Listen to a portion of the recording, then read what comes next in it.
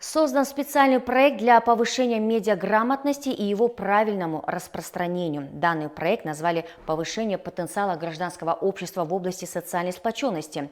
По этому поводу в городе Ош организовали специальную встречу для консультаций. В ней приняли участие представители средств массовой информации Ошской и Джалалабадской областей.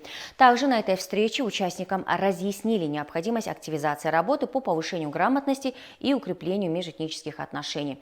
Кыргызская республика является многонациональной страной. 24% населения составляют представители других национальностей. В регионах работают их общественные консультационные центры. В качестве одного из основных вопросов, озвученных участникам заседания, была обозначена необходимость укрепления межэтнических связей.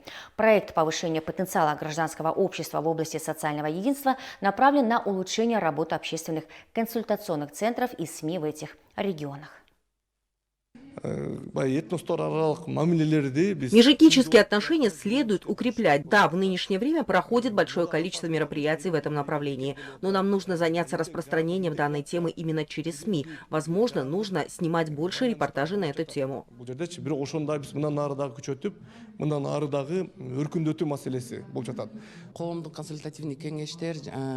С представителями общественных консультативных советов и СМИ проводятся мероприятия по развитию медиаграмотности. Также сейчас большое внимание уделяется защите информации, поэтому проводится много работы в этом направлении.